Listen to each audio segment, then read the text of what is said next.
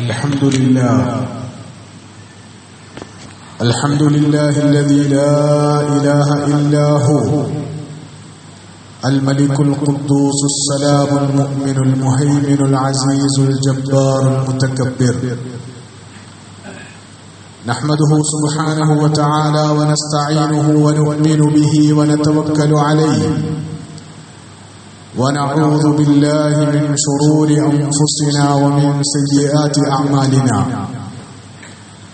من يهده الله فلا مضل له ومن يضلله فلا هادي له، وأشهد أن لا إله إلا الله وحده لا شريك له، وأشهد أن محمدا عبده ورسوله أرسله بالهدى ودين الحق ليظهره على الدين كله ولو كره المشركون. اللهم صل على محمد وعلى آل محمد كما صليت على إبراهيم وعلى آل إبراهيم، وبارك على محمد وعلى آل محمد كما باركت على إبراهيم وعلى آل إبراهيم في العالمين إنك حميد مجيد. أما بعد، فإن خير الكلام كلام الله، وخير الهدي هدي النبي محمد صلى الله عليه وسلم، وشر الأمور محدثاتها، وكل محدثة بدعة، وكل بدعة ضلالة، وكل ضلالة في النار. أعاذني الله وإياكم من النار. ألا لا إيمان لمن لا أمانة له، ولا دين لمن لا عهد له. عباد الله، أوصيكم وإياي أولا بتقوى الله. أعوذ بالله من الشيطان الرجيم. بسم الله الرحمن الرحيم.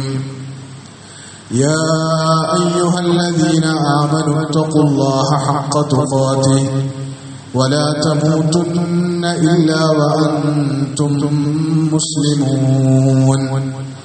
يا أيها الناس اتقوا ربكم الذي خلقكم من نفس واحدة وخلق منها زوجها وبث منهما رجالا كثيرا ونساء، واتقوا الله الذي تساءلون به والأرحام إن الله كان عليكم رقيبا. يا أيها الذين آمنوا اتقوا الله وقولوا قولا سديدا يصلح لكم أعمالكم ويغفر لكم ذنوبكم، ومن يطع الله ورسوله فقد فاز فوزا عظيما. يا أيها الذين آمنوا اصبروا وصابروا ورابطوا واتقوا الله لعلكم تفلحون. ബഹുമാന്യരായ സത്യവിശ്വാസികളെ, വിശ്വാസികളെ, പ്രപഞ്ചനാഥനായ അള്ളാഹുവിന്റെ വിധിവിലക്കുകൾ ജീവിതത്തിലുടനീളം യഥാവിധി പരമാവധി പാലിച്ച് ജീവിക്കുന്നതിലൂടെ മാത്രമാണ് മനുഷ്യർക്ക് അവരുടെ ഇഹപര ജീവിതങ്ങളിൽ യഥാർത്ഥ വിജയവും സന്തോഷവും നേടിയെടുക്കാൻ കഴിയുക എന്ന് മനസ്സിലാക്കി അള്ളാഹുവിനെ അനുസരിച്ചും അവന് വിധേയപ്പെട്ടും അവന് ജീവിതം സമർപ്പിച്ചും തഖ്വയോടെ ജീവിക്കണമെന്ന് ആദ്യമായി വസിയ്യത്ത് ചെയ്യുകയാണ്, ഉപദേശിക്കുകയാണ്.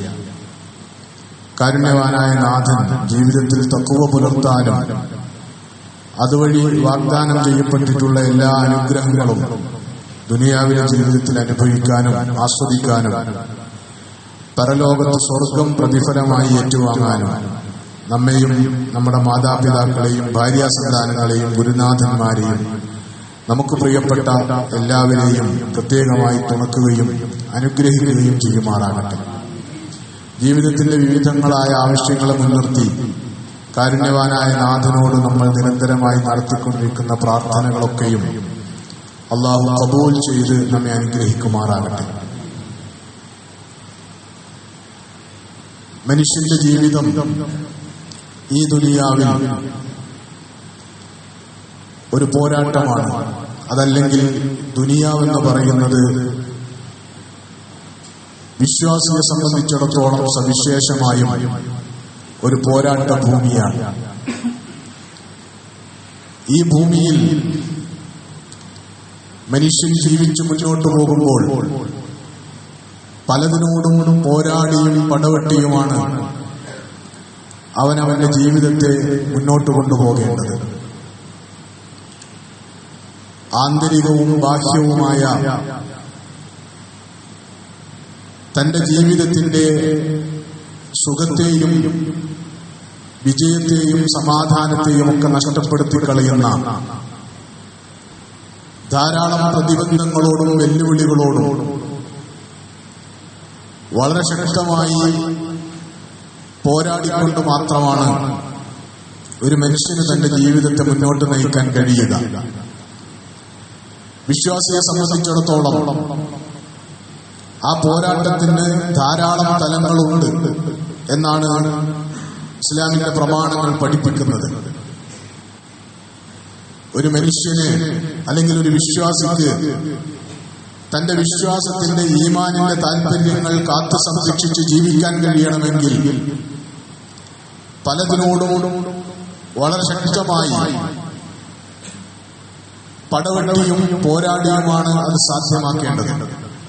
തന്റെ തന്നെ ഉള്ളിലുള്ള തന്റെ ദേഹേച്ഛയോട്, അതല്ലെങ്കിൽ വിശുദ്ധ ഖുർആൻ മറ്റൊരു രീതിയിൽ വിശേഷിപ്പിച്ച അന്നഫ്സുൽ അമ്മാറത്തു ബിസ്സൂ, വളരെ ശക്തമായി തിന്മ ചെയ്യാൻ പ്രേരിപ്പിക്കുക മാത്രമല്ല, തിന്മ ചെയ്യാൻ മനുഷ്യനോട് ആജ്ഞാപിക്കുന്ന തന്റെ തന്നെ മനസ്സിനെ അതിജയിച്ചുകൊണ്ടാണ്, അതിനെ കീഴ്പ്പെടുത്തിക്കൊണ്ടാണ്, അതിന്റെ പ്രേരണകളെയും പ്രലോഭനങ്ങളെയും ഒക്കെ അതിജയിച്ചുകൊണ്ടാണ് ഒരു വിശ്വാസിക്ക് ഒന്നാമതായി ഈ ജീവിതത്തിൽ അവന്റെ വിജയം നേടിയെടുക്കേണ്ടത്. അതേപോലെ തന്നെ ഉള്ളിൽ നിന്നുള്ള ആ പോരാട്ടത്തിന്, ഉള്ളിൽ നിന്നുള്ള ആ ശത്രുവിനെതിരെയുള്ള പോരാട്ടത്തിന് പുറമെ നിതാന്തമായി തന്നെ വഴിപിഴപ്പിക്കുവാനും തന്നെ തെറ്റിലേക്ക് നയിക്കാനും പരിശ്രമിച്ചുകൊണ്ടിരിക്കുന്ന, അതിന് ദുർബോധനം നടത്തിക്കൊണ്ടിരിക്കുന്ന മനുഷ്യരിലും ജിന്നുകളിലും പെട്ട പിശാചുക്കളെന്ന് വിശുദ്ധ ഖുർആൻ വിശേഷിപ്പിച്ചിട്ടുള്ള ഗണത്തിൽപ്പെടുന്നവരോടൊക്കെയും പടവെട്ടിയും പോരാടിയുമാണ് ഒരു വിശ്വാസിക്ക് തന്റെ ജീവിതത്തെ മുന്നോട്ട് നയിക്കേണ്ടത്. ജീവിതത്തിൽ അഭിമുഖീകരിക്കേണ്ടി വരുന്ന ധാരാളക്കണക്കായ പരീക്ഷണങ്ങൾ, ബലാഉകൾ എന്ന് പറയുന്ന പരീക്ഷണങ്ങൾ, അതേപോലെ തന്നെ മുസീബത്തുകൾ, മസായിബ് എന്ന് നമ്മൾ പറയുന്ന ജീവിതത്തിൽ ഇടുത്തിയായി വന്നു ഭവിക്കുന്ന പ്രയാസങ്ങൾ, ദുരിതങ്ങൾ, ദുരന്തങ്ങൾ, അതിനെയൊക്കെ നേരിട്ടുകൊണ്ടാണ് ഒരു വിശ്വാസിക്ക് തന്റെ ജീവിതത്തെ മുന്നോട്ട് നയിക്കേണ്ടത്.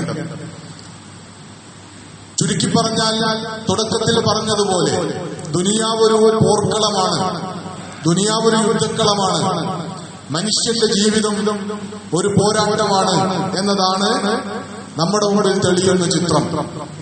പോരാട്ടം ഏത് സ്വഭാവത്തിലുള്ളതാണെങ്കിലും, ഏത് തലത്തിലുള്ളതാണെങ്കിലും, ആ പോരാട്ടങ്ങളിലൊക്കെയും വിജയിക്കുവാനുള്ള മനുഷ്യന്റെ കൈവശം ഉണ്ടാകേണ്ടുന്ന ഏറ്റവും പ്രധാനപ്പെട്ട ആയുധം എന്ന് പറയുന്നത് സ്വബറാകുന്നു എന്നതാണ് വിശുദ്ധ ഖുർആൻ പഠിപ്പിക്കുന്നത്. സ്വബർ കൊണ്ടാണ് ജീവിതത്തിൽ അല്ലാഹുവിന്റെ ഭാഗത്തു നിന്നുള്ള തൗഫീഖും സഹായവും അതുപോലെ തന്നെ വിജയവും വന്നു ഭവിക്കുകയെന്ന് വിശുദ്ധ ഖുർആൻ അസന്നിഗ്ധമായി പ്രഖ്യാപിച്ചതായി നമുക്ക് കാണാൻ പറ്റും. വിശുദ്ധ ഖുർആൻ മുന്നോട്ട് വെക്കുന്ന ജീവിതവുമായി ബന്ധപ്പെട്ട് വളരെ അനിവാര്യമായ മൂല്യങ്ങളെയും സ്വഭാവങ്ങളെയും പരിശോധിച്ചാൽ വിശുദ്ധ ഖുർആൻ ഏറ്റവും ഊന്നൽ നൽകിയിട്ടുള്ള മനുഷ്യ ജീവിതത്തിലുടനീളം ഉണ്ടാകേണ്ടുന്ന ഏറ്റവും പ്രധാനപ്പെട്ട ഒരു സ്വഭാവ ഗുണമാണ്, മനുഷ്യൻ മുറുകെ പിടിക്കേണ്ടുന്ന ഒന്നാണ് സ്വബർ എന്ന് കാണാൻ പറ്റുന്നതാണ്. അസ്സബ്റു ഫിൽ ഖുർആൻ എന്ന തലക്കെട്ടിലുള്ള പഠനങ്ങൾ ധാരാളം പണ്ഡിതന്മാർ നടത്തിയിട്ടുണ്ട്. പ്രത്യേകിച്ചും ഇസ്ലാമിക വിജ്ഞാനീയങ്ങളിൽ ഖുർആൻ വ്യാഖ്യാന മേഖലയിൽ അത്തഫ്സീറുൽ മൗദൂഇ, തീമാറ്റിക്കൽ ഇന്റർപ്രിട്ടേഷൻ ഓഫ് ഖുർആൻ, ഖുർആനിന്റെ വിഷയാധിഷ്ഠിത വ്യാഖ്യാനം എന്ന പേരിലുള്ള ഒരു വിജ്ഞാനശാഖ രൂപപ്പെട്ടു വന്നതിന് ശേഷം വിശുദ്ധ ഖുർആൻ മുന്നോട്ട് വെക്കുന്ന പ്രമേയങ്ങളെ പണ്ഡിതന്മാർ ധാരാളമായി പഠന വിധേയമാക്കുകയും അതിനെ തുടർന്ന് വളരെ ബൃഹത്തായ പഠനങ്ങൾ വിശുദ്ധ ഖുർആൻ മുന്നോട്ട് വെക്കുന്ന അത്തരം വിഷയങ്ങളുമായി തീമുകളുമായി ബന്ധപ്പെട്ട് നടക്കുകയും ചെയ്തിട്ടുണ്ട്. അങ്ങനെ ഒരു വിജ്ഞാനശാഖ രൂപപ്പെട്ടു വന്നതിന്റെ ആദ്യ സന്ദർഭങ്ങളിൽ തന്നെ ഖുർആനിൽ നിന്ന് സവിശേഷമായി പഠന വിധേയമാക്കപ്പെട്ടിട്ടുള്ള ഒരു വിഷയമാണ് സ്വബർ എന്ന് പറയുന്ന ഒരു മൂല്യത്തെ, എന്ന ഒരു സ്വഭാവ വിശേഷത്തെ വിശുദ്ധ ഖുർആൻ എങ്ങനെയാണ് മുന്നോട്ട് വെക്കുന്നത് എന്ന്. കാരണം പണ്ഡിതന്മാരുടെ മുമ്പിൽ വിശുദ്ധ ഖുർആൻ ഏതൊക്കെ വിഷയങ്ങളാണ് കൈകാര്യം ചെയ്യുന്നത് എന്ന് വളരെ പ്രാഥമികമായിട്ട് തന്നെ പരിശോധിക്കുമ്പോൾ അവരുടെ കൺമുമ്പിലേക്ക് തെളിഞ്ഞു വരുന്ന വിശുദ്ധ ഖുർആന്റെ വളരെ പ്രധാനപ്പെട്ട ഒരു തീമാണ് സ്വബർ എന്ന് പറയുന്നത്. അതിന് മാത്രം തവണ ആവർത്തിച്ചാവർത്തിച്ച് വിശുദ്ധ ഖുർആൻ സ്വബറിനെ കുറിച്ച് സംസാരിക്കുന്നുണ്ട് എന്ന് കാണാൻ പറ്റുന്നതാണ്. ആ ഇനത്തിൽ വളരെ ശ്രദ്ധേയമായ എന്നാൽ വളരെ ലളിതമായ ഒരു പഠനമാണ് മർഹൂം ഷെയ്ഖ് യൂസുഫ് ഖറദാവി നടത്തിയിട്ടുള്ള അസ്വബ്റു ഫിൽ ഖുർആൻ എന്ന് പറയുന്ന പുസ്തകത്തിന്റെ രൂപത്തിൽ പിന്നീട് പുറത്തിറങ്ങിയിട്ടുള്ള ഒരു പഠനം എന്ന് പറയുന്നത്. സ്വബറിനെ കുറിച്ച് വിശുദ്ധ ഖുർആന്റെ ഒരു സങ്കല്പം എന്താണെന്നും സ്വബറിനെ എത്ര പ്രാധാന്യത്തിലാണ് വിശുദ്ധ ഖുർആൻ അഥവാ അല്ലാഹു സുബ്ഹാനഹു വ തആല പരിഗണിക്കുന്നതെന്നും സ്വബറിന്റെ മനുഷ്യ ചരിത്രത്തിലെ മാതൃകകൾ, ഉദാത്തമായ മാതൃകകൾ എന്തൊക്കെയാണ് എന്നും അതേപോലെ തന്നെ സ്വബറിന്റെ വ്യത്യസ്ത തലങ്ങളും സ്വബർ പുലർത്താൻ ഒരു മനുഷ്യനെ സഹായിക്കുന്ന ഘടകങ്ങളും എന്തൊക്കെയാണ് എന്ന വിശദമായ ചർച്ചകൾ ആ പുസ്തകത്തിൽ നമുക്ക് വായിക്കാൻ പറ്റുന്നതാണ്. ഇപ്പോൾ നമ്മൾ സ്വബറിനെ കുറിച്ച് സംസാരിക്കുന്നതിന് വേണ്ടി വരുന്നതിന്റെ സാഹചര്യം പലതാണ്. ഒന്നാമത് വിശുദ്ധ ഖുർആൻ സ്വബറിനെ കുറിച്ച് നടത്തുന്ന പരാമർശങ്ങളിൽ വളരെ അത്ഭുതപ്പെടുത്തുന്ന വിസ്മയകരമായ ഒരു പ്രയോഗമുണ്ട്. അത് സ്വബറും ജമീൽ എന്നതാണ്. മനോഹരമായ സ്വബർ എന്നതാണ് വിശുദ്ധ ഖുർആൻ 3 സ്ഥലങ്ങളിൽ അത്തരം വിശേഷണം സ്വബറിൽ നൽകി പരിചയപ്പെടുത്തുന്നതായിട്ട് നമുക്ക് കാണാൻ കഴിയുന്നതാണ്. 2 സന്ദർഭങ്ങളിൽ യൂസുഫ് നബി അലൈഹിസ്സലാമിയുടെ ഖിസ്സ വിശുദ്ധ ഖുർആനിൽ അവതരിപ്പിക്കുമ്പോൾ അദ്ദേഹത്തിന്റെ പിതാവിന്റെ നാവിലൂടെ പുറത്തു വന്ന 2 പ്രധാനപ്പെട്ട ജീവിതത്തിലെ വളരെ പ്രധാനപ്പെട്ട പരീക്ഷണത്തിന്റെ ഘട്ടങ്ങളിൽ അദ്ദേഹം ആ ഘട്ടങ്ങളിൽ പുലർത്തുന്ന തന്റെ സമീപനം എന്താണെന്ന് പ്രഖ്യാപിച്ചുകൊണ്ട് നടത്തുന്ന പ്രസ്താവനകളായിട്ടാണ് വിശുദ്ധ ഖുർആനിൽ വന്നിട്ടുള്ളത്. അരുമ സന്തതിയായ യൂസുഫിനെ നഷ്ടപ്പെടുന്ന ഒന്നാമത്തെ സന്ദർഭത്തിൽ യൂസുഫിന് ശേഷം തനിക്ക് ഏറ്റവും പ്രിയപ്പെട്ട 2ാമത്തെ സന്താനവും കൈവിട്ടുപോയ, നഷ്ടപ്പെട്ടു പോയി എന്ന വിവരമറിയുന്ന 2ാമത്തെ സന്ദർഭങ്ങളിൽ ഇങ്ങനെ മക്കളെ നഷ്ടപ്പെട്ട്, അതും ഏറ്റവും പ്രിയപ്പെട്ട തന്റെ മക്കളെ നഷ്ടപ്പെട്ട ഒരു പിതാവ് വല്ലാത്ത പ്രതിസന്ധിയിൽ അകപ്പെടുന്ന ഒരു ഘട്ടത്തിൽ, ഈ ഘട്ടത്തിൽ എന്റെ നിലപാട് ഫസ്വബറുൻ ജമീൽ, ഞാൻ അല്ലാഹുവിൽ അഭയം തേടുന്നു, ഞാൻ മനോഹരമായി ക്ഷമിക്കുന്നു എന്നാണ് ആ സന്ദർഭങ്ങളിൽ യൂസുഫ് നബി അലൈഹിസ്സലാമിയുടെ പിതാവ് പറഞ്ഞതായി വിശുദ്ധ ഖുർആൻ നമ്മുടെ മുമ്പിലേക്ക് വെക്കുന്നത്.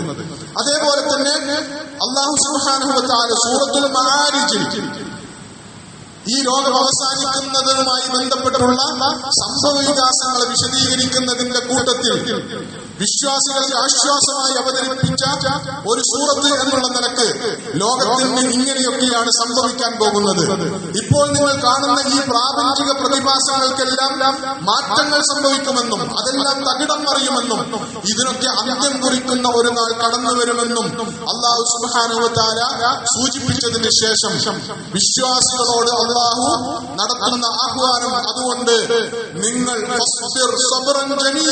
നിങ്ങൾ അതുകൊണ്ട് മനോഹരമായി ക്ഷമിച്ചേക്കുക, മനോഹരമായി സ്വബർ കൈക്കൊള്ളുക. ഇന്നഹും യറൗനഹു ബഈദൻ വനറാഹു ഖരീബ. അല്ലാഹുവിന്റെ വാഗ്ദാനം എന്ന് പറയുന്നത് സത്യനിഷേധികൾ അത് സംഭവിക്കുകയില്ല എന്നാണ് അവർ കരുതുന്നത്. അല്ലാഹു നൽകിയിട്ടുള്ള വാഗ്ദാനങ്ങൾ, അല്ലാഹുവിന്റെ മുന്നറിയിപ്പുകൾ, ഇതൊന്നും സംഭവിക്കാൻ സാധ്യതയില്ലാത്ത അതിവിദൂര സാധ്യതകൾ മാത്രമാണ് എന്നാണ് അവർ കരുതുന്നത്. അവരങ്ങനെ കരുതിക്കൊള്ളട്ടെ. പക്ഷേ വിശ്വാസികൾ അതിനെ കാണേണ്ടത് വളരെ അടുത്തായി സംഭവിക്കാൻ പോകുന്ന അല്ലാഹുവിന്റെ വാഗ്ദാനങ്ങളും മുന്നറിയിപ്പുകളുമായിട്ടാണ് എന്നാണ് അല്ലാഹു ഉണർത്തുന്നത്.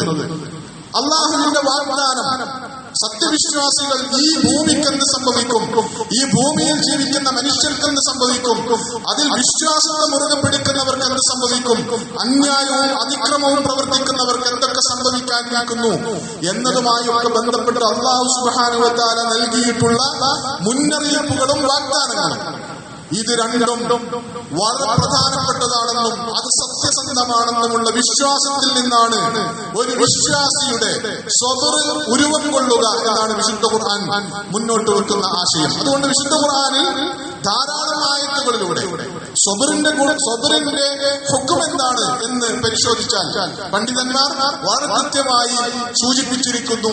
എല്ലാ പണ്ഡിതന്മാരുടെയും ഏകാഭിപ്രായമുള്ള കാര്യമാണ് ഒരു വിശ്വാസിക്ക് സവിശേഷമായും സ്വബറുണ്ടാവുക എന്ന് പറയുന്നത്, ജീവിതത്തിൽ സ്വബറ് കൈക്കൊള്ളുക എന്ന് പറയുന്നത് ഒരു വിശ്വാസിയെ സംബന്ധിച്ചിടത്തോളം വാജിബായ കാര്യമാകുന്നു, നിർബന്ധമുള്ള കാര്യമാകുന്നു. കാരണം വിശുദ്ധ ഖുർആനിൽ ധാരാളം ആയത്തുകളിലൂടെ അല്ലാഹു സുബ്ഹാനഹു വ തആല സ്വബർ പുലർത്തണമെന്ന് കൽപ്പിച്ചിരിക്കുന്നു. അതിൽ തന്നെയും പ്രധാനപ്പെട്ട ചില ഇടങ്ങളിൽ അല്ലാഹു സുബ്ഹാനഹു വ തആല സ്വബറിനെ ആഹ്വാനം ചെയ്യുമ്പോൾ ഫസ്ബിർ ഇന്ന വഅദല്ലാഹി ഹഖ്ഖുൻ എന്ന് ചേർത്ത് പറഞ്ഞിരിക്കുന്നു. നിങ്ങൾ സ്വബർ കൈക്കൊള്ളുക, കാരണം അല്ലാഹുവിന്റെ വാഗ്ദാനം അത് സത്യം തന്നെയാണ്, അത് വസ്തുത തന്നെയാണ്, അത് പുലരാനുള്ളത് തന്നെയാണ് എന്ന് പറഞ്ഞുകൊണ്ടാണ് അല്ലാഹു സ്വബറിന് വിശ്വാസികളെ ആഹ്വാനം ചെയ്യുന്നത് എന്നതാണ്. അപ്പൊ മനോഹരമായ സ്വബർ എന്ന് പറയുന്നത്, സാധാരണഗതിയിൽ നമ്മൾ സ്വബർ എന്ന് പറയുന്നത് ക്ഷമയാണെന്നും സഹനമാണെന്നും തെറ്റിദ്ധരിക്കുന്നിടത്ത് എങ്ങനെയാണ് മനോഹരമായി ക്ഷമിക്കുക, എങ്ങനെയാണ് ക്ഷമയും സഹനവും ഒക്കെ മനോഹരമാവുക എന്ന് നമുക്ക് സംശയമുണ്ടാകും. കാരണം ക്ഷമയും സഹനവും എന്ന് പറയുന്നത് ഒരാൾ ഇടങ്ങേറിലായി പോകുമ്പോൾ, ഒരാൾ ദുരിതങ്ങളിലും ദുരന്തങ്ങളിലും അക്രമമർദ്ദനങ്ങൾക്ക് നടുവിലും ആയി പോകുമ്പോൾ ഒരാൾക്ക് പുലർത്തേണ്ടുന്ന ഒരു സമീപനമാണ്, അതിനോട് കൈക്കൊള്ളേണ്ടുന്ന, അതിനിടയിൽ ഒരാൾക്ക് കൈക്കൊള്ളേണ്ടുന്ന ഒരു സമീപനമാണ് സ്വബർ എന്ന് പറയുന്നത്. അത് ക്ഷമയും സഹനവുമാണ് കേവലമായെങ്കിൽ എങ്ങനെയാണ് ആ സ്വബർ മനോഹരമാകുന്നത് എന്നത് ഒരു പക്ഷേ നമുക്ക് സംശയമുണ്ടാകും. പക്ഷേ ഖുർആൻ മുന്നോട്ട് വെക്കുന്നതനുസരിച്ച് സ്വബർ മനോഹരമാകുന്നത് അതിന്റെ റിസൾട്ട് കൂടി വന്നു ചേരുമ്പോഴാണ്. ക്ഷമിക്കുമ്പോൾ അല്ലെങ്കിൽ സ്വബർ പുലർത്തുമ്പോൾ പലപ്പോഴും അത് പ്രയാസകരമായ ഒരു അനുഭവം തന്നെയായിരിക്കും. സ്വബർ പുലർത്തുന്ന ദുരന്തങ്ങളിൽ, അക്രമമർദ്ദനങ്ങളിൽ, യുദ്ധക്കളത്തിൽ സ്വബർ പുലർത്തുന്ന ഒരാളുടെ മുഖത്ത് നോക്കി അയാൾ എത്ര സുന്ദരമായാണ് സ്വബർ പുലർത്തുന്നത് എന്നൊരു പക്ഷേ നമുക്ക് നമ്മുടെ ബാഹ്യമായ കണ്ണുകൾ കൊണ്ട് നോക്കി പറയാൻ കഴിയില്ല എന്നതാണ് യാഥാർത്ഥ്യം. സ്വബർ മനോഹരമാകുന്നത് ആ സ്വബർ പുലർത്തുന്നതിന് ഉള്ളിൽ അകമേ ഒരു വിശ്വാസിയായ മനുഷ്യൻ പുലർത്തുന്ന അയാളുടെ മനസ്സിനെ കൂടി പരിഗണിച്ചുകൊണ്ടാണ് സ്വബർ യഥാർത്ഥത്തിൽ മനോഹരമാകുന്നത്, അത് ജമീലാകുന്നത് അങ്ങനെയാണ്. മറ്റൊന്ന് പ്രധാനമായും ദുനിയാവിലോ ആഖിറത്തിലോ സ്വബറിന്റെ അനന്തരഫലം എന്നുള്ള നിലക്ക് വിശ്വാസികൾ അനുഭവിക്കുന്ന അനുഭവങ്ങൾ, അവർക്ക് കിട്ടുന്ന അനുഗ്രഹങ്ങൾ, അതിന്റെ റിസൾട്ട് കൂടി പരിഗണിക്കുമ്പോഴാണ് സ്വബർ മനോഹരമാകുന്നത് എന്നതാണ് യാഥാർത്ഥ്യം. ആ തലത്തിൽ കഴിഞ്ഞ കുറച്ച് ദിവസങ്ങളായി മനോഹരമായ സ്വബറിന്റെ ധാരാളം മുഖങ്ങൾ ഫലസ്തീനിൽ, ഗസയിൽ കണ്ട് അനുഭവിക്കാൻ, അതിൽ നിർവൃതി അടയാൻ, അതിൽ നിന്ന് ആവേശം സ്വീകരിക്കുവാൻ സാധ്യമായിട്ടുള്ള സന്ദർഭങ്ങളാണ് നമ്മളെ സംബന്ധിച്ചിടത്തോളം കടന്നുപോയിട്ടുള്ളത്. ഒരു ജനത എങ്ങനെയാണ് എല്ലാം തകർന്നു പോയയിടത്തേക്ക്, ഒരു ഭൂമിയിലേക്ക്, മണ്ണിലേക്ക്, വീടാകെ നശിപ്പിക്കപ്പെട്ട ഇടങ്ങളിലേക്ക് കടന്നു വന്ന് ആ മണ്ണ് കണ്ട് അവർ സന്തോഷിക്കുമ്പോൾ എത്ര മനോഹരമായിട്ടാണ് എല്ലാം നഷ്ടപ്പെട്ടിട്ടും എല്ലാം തകർന്നു പോയിട്ടും ഇനി ഒരു പുനർനിർമ്മാണം സാധ്യമാണോ എന്ന് സംശയിക്കത്തക്ക വിധത്തിലുള്ള സാഹചര്യങ്ങളിൽ എത്തിപ്പെട്ടിട്ടും എത്ര മനോഹരമായാണ് ഈ മനുഷ്യർ ക്ഷമിക്കുന്നത് എന്നാണ് ലോകം നിരീക്ഷിച്ചുകൊണ്ടിരിക്കുന്നത്, അല്ലെങ്കിൽ ലോകം അത്ഭുതപ്പെട്ടുകൊണ്ടിരിക്കുന്നത്. അവരുടെ ആ സ്വബറിനെ ഓർത്തിട്ടാണ്. അവരെ സംബന്ധിച്ചിടത്തോളം സ്വബർ എന്ന് പറഞ്ഞാൽ, നേരത്തെ ഖുർആനിക ആയത്തുകളിലൂടെ ഞാൻ സൂചിപ്പിച്ചതുപോലെ, സ്വബർ എന്ന് പറഞ്ഞാൽ ഹക്കിനെ മുറുകെ പിടിക്കലാണ്. ഹക്കെന്ന് പറഞ്ഞാൽ സത്യമെന്ന അർത്ഥവും അവകാശമെന്ന അർത്ഥവും ഉള്ള ഒരു പദപ്രയോഗമാണ് ഈ അറബി ഭാഷയിൽ. വിശുദ്ധ ഖുർആനും അതങ്ങനെയാണ് ഉപയോഗിക്കുന്നത്. ഹക്കെന്ന് പറയുന്നത് സത്യം, സാക്ഷാൽ അല്ലാഹുവിന്റെ നാമമായി ഉപയോഗിക്കപ്പെട്ടിട്ടുള്ള ഒരു പദം കൂടിയാണ് അൽ ഹഖ് എന്ന് പറയുന്നത്. അപ്പൊ അല്ലാഹുവാണ് പരമസത്യം. ഹഖ് എന്ന് പറയുന്നത് അല്ലാഹു അവതരിപ്പിച്ചതാണ്. അല്ലാഹു അവതരിപ്പിച്ച അവന്റെ മാർഗനിർദ്ദേശങ്ങളാണ് ഹഖ് എന്ന് പറയുന്നത്. അല്ലാഹുവിന്റെ വാഗ്ദാനങ്ങളും അല്ലാഹുവിന്റെ മുന്നറിയിപ്പുകളുമാണ് ഹഖ്. അതേപോലെ മനുഷ്യരുടെ അവകാശങ്ങൾ അതുകൂടിയാണ് ഹഖ് എന്നാണ് വിശുദ്ധ ഖുർആൻ അടക്കമുള്ള ഇസ്ലാമിന്റെ പ്രമാണങ്ങൾ നമ്മെ പഠിപ്പിക്കുന്നത്. ആ ഹഖിനെ മുറുകെ പിടിക്കുക എന്നതിനെയാണ് സ്വബർ എന്ന് പറയുന്നത്. എന്ന് പറഞ്ഞാൽ എന്ത് തന്നെ സംഭവിച്ചാലും, പുറമേക്ക് എന്ത് തന്നെ സംഭവിക്കുന്നുണ്ടെങ്കിലും അകമേ സത്യത്തോടുള്ള പ്രതിബദ്ധതയെ കാത്തു സൂക്ഷിക്കുന്നതിനെ, അതിന്റെ കാര്യത്തിൽ സ്ഥൈര്യം പുലർത്തുന്നതിന്റെ പേരാണ് യഥാർത്ഥത്തിൽ സ്വബർ എന്ന് പറയുന്നത്. അതാണ് ഗസ്സക്കാർ പ്രകടിപ്പിക്കുന്നത്.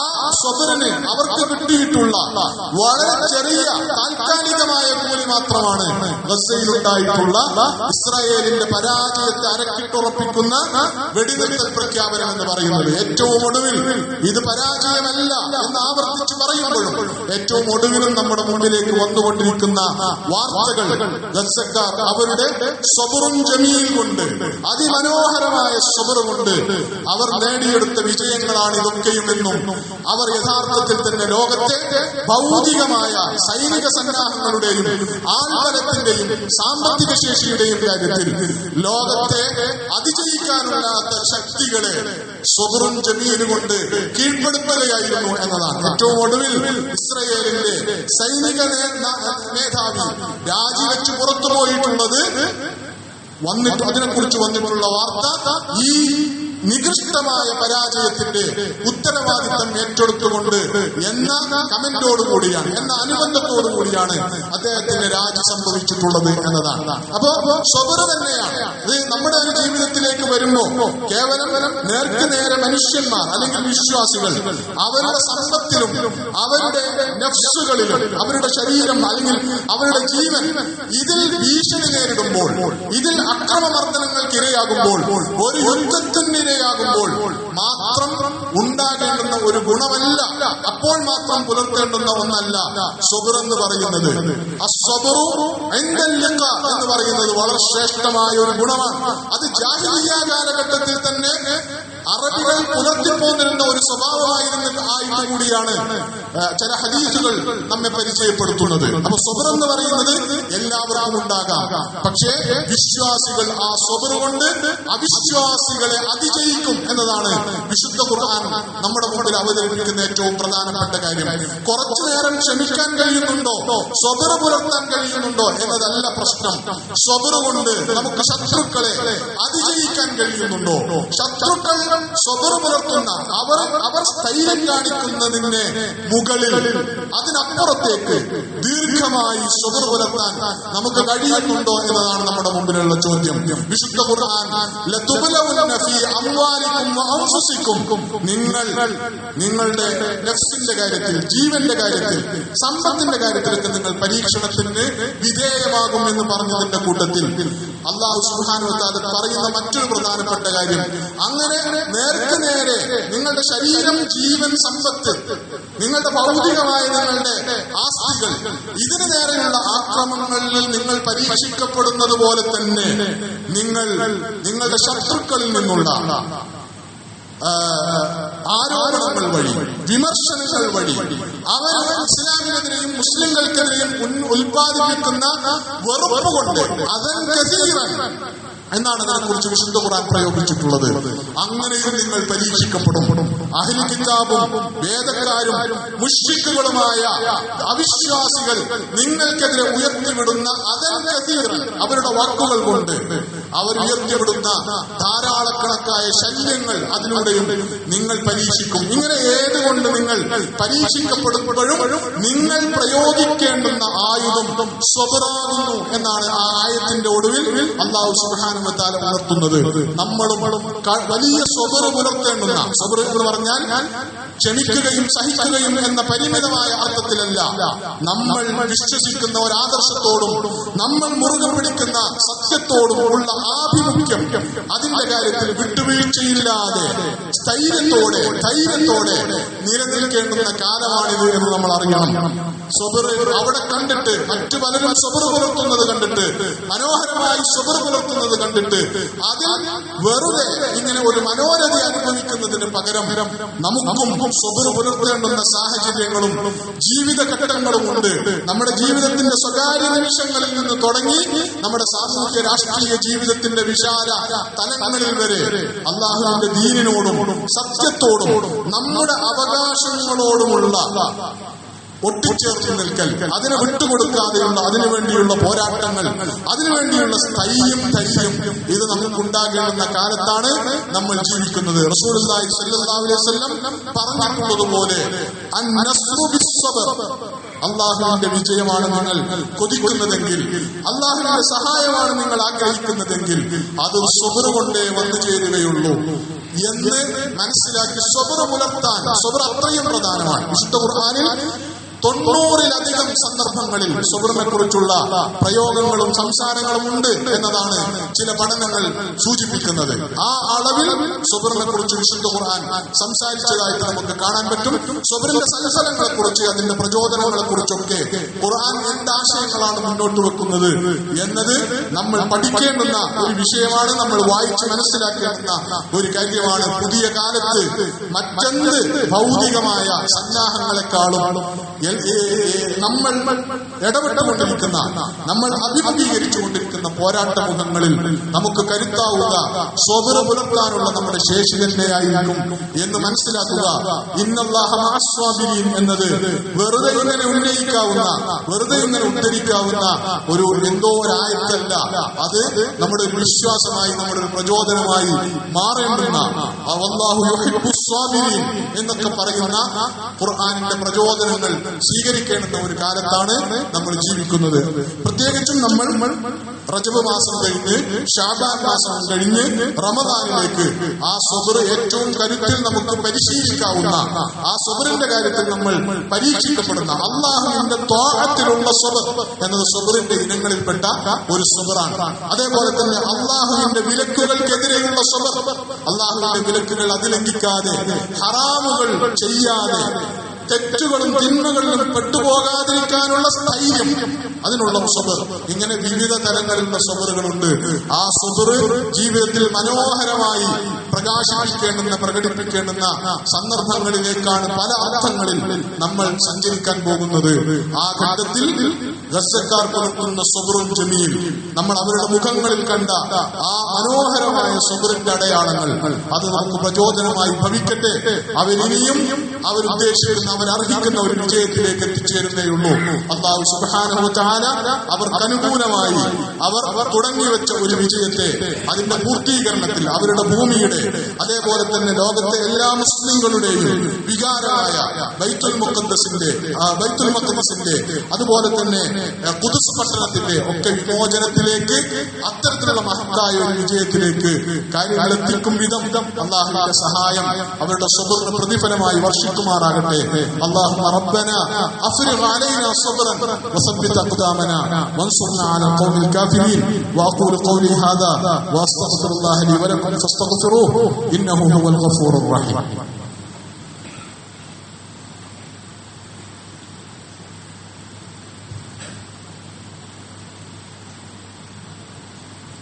الحمد لله رب العالمين والعاقبة للمتقين ولا عدوان إلا على الظالمين. اللهم صل وسلم وبارك على محمد وعلى آله وصحبه أجمعين. عباد الله أوصيكم وإياي ثانيا بتقوى الله. يا أيها الذين آمنوا اتقوا الله ولتنظر نفس ما قدمت لغد واتقوا الله إن الله خبير بما تعملون. اللهم اغفر للمؤمنين والمؤمنات والمسلمين والمسلمات الأحياء منهم والأموات إنك مجيب الدعوات يا قاضي الحاجات طيب ثراهم واجعل الجنة مأوانا ومأواهم اللهم أجرنا من النار اللهم أجرنا ووالدينا من النار اللهم ربنا ظلمنا أنفسنا وإن لم تغفر لنا وترحمنا لنكونن من الخاسرين ربنا اغفر لنا ولآبائنا ولأمهاتنا رب ارحمهم كما ربونا صغارا ربنا هب لنا من أزواجنا وذرياتنا قرة أعين واجعلنا للمتقين إماما ربنا اغفر لنا ولإخواننا الذين سبقونا بالإيمان ولا تجعل في قلوبنا غلا للذين آمنوا ربنا إنك رؤوف رحيم اللهم ارحم موتانا وموتى المسلمين واشف مرضانا ومرضى المسلمين اللهم ربنا آتنا في الدنيا حسنة وفي الآخرة حسنة وقنا عذاب النار اللهم أعزنا بالإسلام وأعز الإسلام بنا اللهم أعز الإسلام والمسلمين اللهم انصر الإسلام والمسلمين في كل مكان في العالم يا رب العالمين اللهم انصر إخواننا في غزة اللهم انصر إخواننا في الضفة الغربية اللهم انصر إخواننا المظلومين المضطهدين في كل مكان في العالم يا رب العالمين اللهم ربنا تقبل منا إنك أنت السميع العليم وتب علينا إنك أنت التواب الرحيم فاغفر لنا يا غافر المذنبين وارحمنا بأنواع رحمتك يا أرحم الراحمين وصلى الله تعالى وسلم على خير خلقه سيدنا محمد وعلى آله وصحبه أجمعين.